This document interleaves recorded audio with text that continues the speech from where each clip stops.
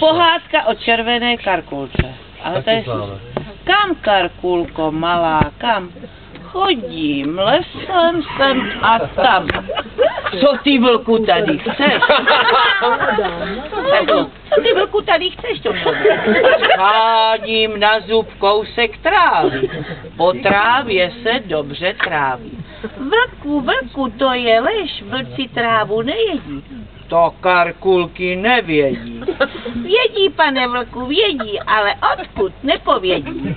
Náš pes také trávu nejí, kosti on má nejraději. Já jsem vlk a ne pes, budu-li chtít, sežeru tě. Trávu si jest, máš-li chutě, její plný les. To pak máš v tom košíčku. Bábovku a kytičku.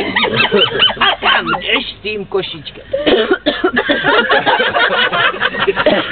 Ale to nebylo. Počkej, co pak máš? Máme čas, nespíchej, máme čas. A kam jdeš s tím košíčkem? K svátku babičce jej nesu. Už jsem přešla sedm lesů.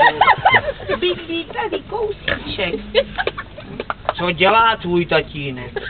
Hádej, dělá ohýnek. Kam ohýnek rudý šlehne, kam dopadne, nic se nehne. Tatínek je myslivec?